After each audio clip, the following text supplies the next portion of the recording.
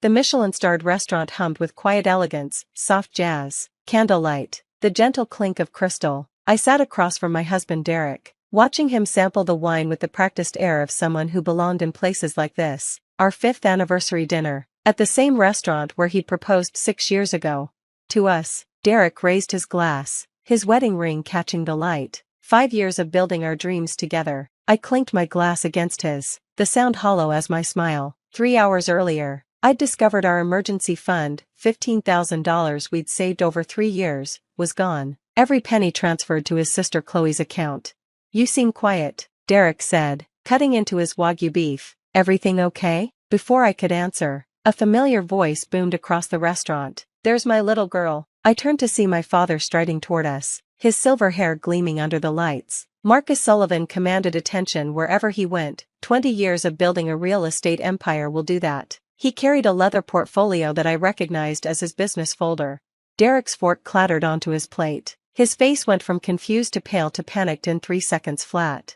"Dad?" I stood to hug him, genuinely surprised. "What are you doing here? Can't a father crash his daughter's anniversary dinner?" He pulled up a chair, settling between us like he owned the place, which, knowing Dad, he probably did. "Derek, how's my favorite son-in-law, Mr. Sullivan?" Derek's voice cracked. "This is unexpected. Marcus, please, we're family." Dad's smile was all teeth. "Though speaking of family, that's actually why I'm here. Wanted to discuss some financial matters with you both." "Dad, it's our anniversary." "I know, sweetheart, that's why this couldn't wait." He opened his portfolio, pulling out a stack of documents. "See, when you two got married, I set up that emergency fund for you, remember?" My blood chilled. Derek looked like he might vomit into his $200 entree. "The $15,000 seed money," Dad continued conversationally, like we were discussing the weather, "to help you build your financial security. Smart couples always have emergency funds. Isn't that right, Derek?" Yes, of course. Funny thing happened today, though." Dad pulled out a printed bank statement. "My accountant noticed some unusual activity. See, I still get notifications on that account, protective father habit. You understand." Imagine my surprise when I saw the entire balance transferred out this morning. Derek grabbed his wine glass with shaking hands. "Mr. Sullivan, I can explain." "Oh, I'm sure you can, but first, let me tell you what I found when I did a little digging." Dad flipped to another page. "Chloe Morrison, fashion designer, opened an LLC last month called Chloe's Closet Couture, received a $15,000 investment today." "What a coincidence." "Dad," I started, but he held up a hand. "The interesting part is what I found when I looked into this fashion business. No inventory purchased, no website, no business plan, but there is a receipt for a vacation package to Bali, 2 weeks, luxury resort, departing next month, exactly $14,750. Derek's face had gone from white to green. "It's not what it looks like." "Really?" Dad leaned back, perfectly at ease. "Because it looks like you stole your wife's emergency fund to pay for your sister's vacation. But please, enlighten me." The waiter approached, sensed the tension, and retreated like he'd encountered a live wire. "It's family money," Derek finally said, straightening his shoulders. "Chloe needed help. Family comes first." "Family?" I found my voice, anger overriding shock. "Derek, that was our emergency fund. What if I lost my job? What if one of us got sick?" "Don't be dramatic, Olivia. We both have good jobs. Chloe's following her dreams. She deserves support, not your greed." "My greed?" I laughed, sharp and bitter. "I work 60-hour weeks. I've saved every bonus, every tax return, every penny I could to build that fund. And you call me greedy for wanting to keep our emergency money for actual emergencies?" "See, this is the problem with your family." Derek turned on Dad. "It's all about money with the Sullivans. Some of us understand that relationships matter more than bank balances." Dad smiled. It was the smile that had terrified boardrooms across the state. "Relationships, let's talk about those." He pulled out another document. Derek Morrison, employed at Nexus Marketing for 18 months. Before that, 3 jobs in 2 years. Current salary, $45,000. "How do you?" Olivia Sullivan Morrison, Senior Marketing Director at Providence Tech. Salary, $135,000 plus bonuses. Contributed 78% of the household income last year. Dad's voice was calm, factual, devastating. "Tell me more about how my daughter's greed is the problem." Derek's face flushed red. "Income doesn't determine." "You're right. Actions do." Dad pulled out his phone. swiping to a series of screenshots. Like the fact that this isn't the first time you've taken money without telling Olivia. The credit card you opened in her name last year? The one you maxed out and hid?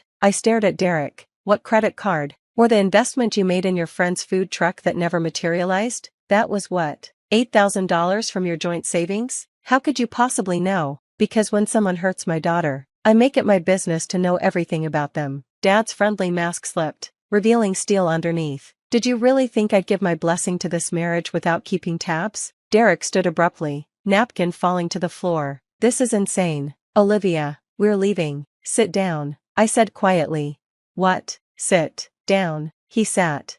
The credit card. Explain. Derek fidgeted. It was for Chloe's last business venture, the jewelry thing. I knew you'd say no, so you committed fraud, used my social security number, my credit score, to fund your sister's schemes. She's my sister, and I'm your wife. I slammed my hand on the table, making the glasses jump. Other diners turned to stare. I didn't care. 5 years. Derek. 5 years I've been subsidizing your family's dreams while you call me greedy for wanting basic financial security. That's enough. Dad intervened, pulling out a final document. Olivia, I took the liberty of having my lawyer draw this up. Derek's eyes widened as he recognized the legal header. Are those divorce papers? Dad confirmed, citing financial infidelity, fraud, and breach of fiduciary duty, along with a police report for identity theft regarding that credit card. You can't be serious. Derek laughed nervously. Over money? Olivia, baby, let's talk about this at home. I looked at him, really looked at him, the man I'd married 5 years ago. Charming, confident Derek who'd swept me off my feet with romantic gestures and grand promises, who'd gradually convinced me that keeping separate finances meant I didn't trust him, who'd worn me down until I'd agreed to joint accounts, then made me feel guilty every time I questioned his spending.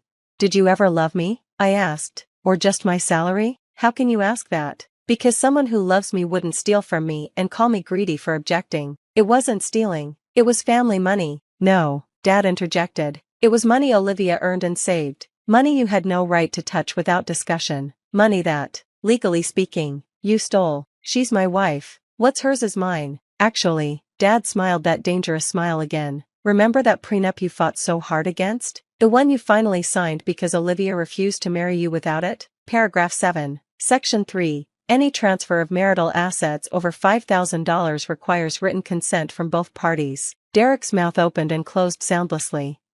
$15,000. Dad continued. Without written consent. That's not just divorce grounds. Son, that's criminal. You wouldn't dare. The scandal would destroy your career? Dad laughed. Marketing professional steals from spouse to fund sister's fake business? You'd be unemployable. But hey, maybe Chloe can support you with her fashion empire. I picked up the divorce papers, scanning them quickly. Dad's lawyers were thorough. Fair, but thorough. Where do I sign? Olivia, please. Derek grabbed my hand. This is your father poisoning you against me. We can work this out. I'll get the money back from Chloe. With what? Her Bali tickets are non-refundable. I pulled my hand away. And Dad didn't poison me against you. Derek, you did that yourself when you chose your sister's vacation over our security. Family comes first. I was supposed to be your family. The words ripped out of me. 5 years of frustration finally breaking free. Your primary family. The person you chose to build a life with. But every time Chloe snapped her fingers, you emptied our accounts. Every time your mother needed a loan she'd never repay, you made me the villain for asking questions. They needed help.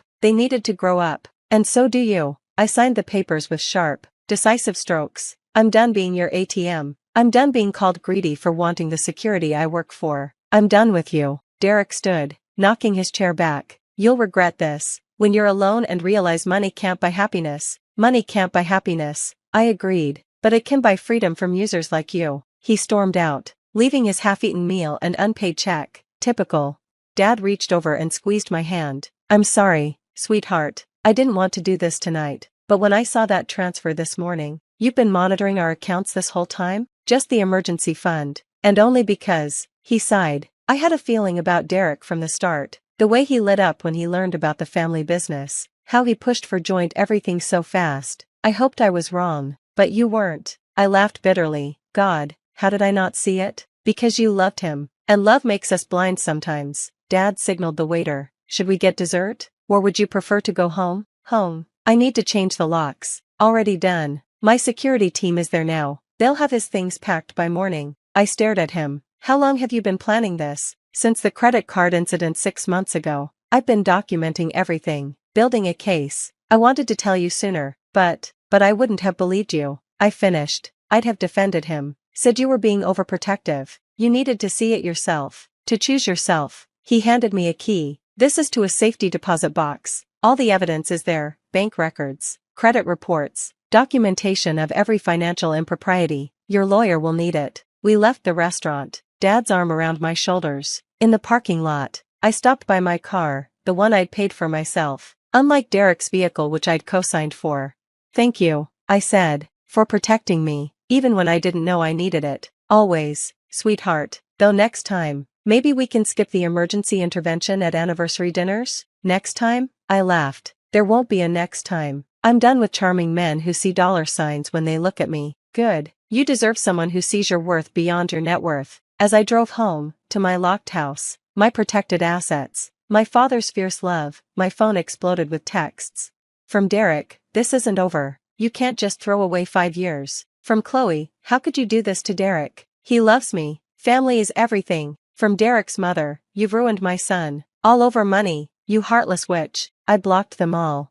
The next morning, I woke up in my Derek-free house to an email from my bank. The $15,000 had been frozen pending investigation for fraud. Thanks to Dad's quick action and my signature on the police report, the money would be returned within days. But the real gift wasn't the money. It was the revelation of who Derek really was, and who I was without him. Over the following months, the divorce proceeded smoothly. Derek tried to contest it, claiming emotional distress and demanding alimony. The judge laughed when presented with evidence of his financial crimes. Not only did he get nothing, but he was ordered to pay restitution for the credit card fraud. Chloe's fashion business never materialized. She went to Bali on my dime but returned to find her brother facing criminal charges and her gravy train permanently derailed. She posted a lengthy Instagram rant about how money corrupts families and some people value wealth over love. I valued self-respect over exploitation. There's a difference. A year later, at a charity gala Dad dragged me to, I met someone new, James, a pediatric surgeon who insisted on paying for his own coffee and got genuinely confused when I offered to cover dinner on our third date. I asked you out, he said. Why would you pay? When I explained my history, he listened without judgment, then said, your ex sounds like an idiot. Who steals from someone they love? Someone who loves money more than people, I replied. Then he deserved what he got. James raised his glass, to emergency funds that stay funded, and to partners who understand that family means protecting each other, not exploiting each other. We've been together 2 years now. He's never once asked about my salary, my father's money, or suggested investing in his cousin's startup. He has his own emergency fund, his own retirement accounts, his own financial goals. When his sister needed help with medical bills last year, he asked if I minded if he dipped into his savings to help. His money, his choice, but he asked because we're partners. That's the difference between family and users. Family respects boundaries, users see them as obstacles. Derek eventually married someone else, a woman whose Instagram bio says entrepreneur but whose business is selling essential oils to her high school classmates. Chloe still posts about her fashion dreams between shifts at Target. They're perfect for each other. And me? I keep my emergency fund fully funded, my accounts secure, and my standards high, because Dad was right about one thing. When someone shows you who they are through their actions, believe them. Even if it takes a surprise intervention at your anniversary dinner to finally see it. Especially then.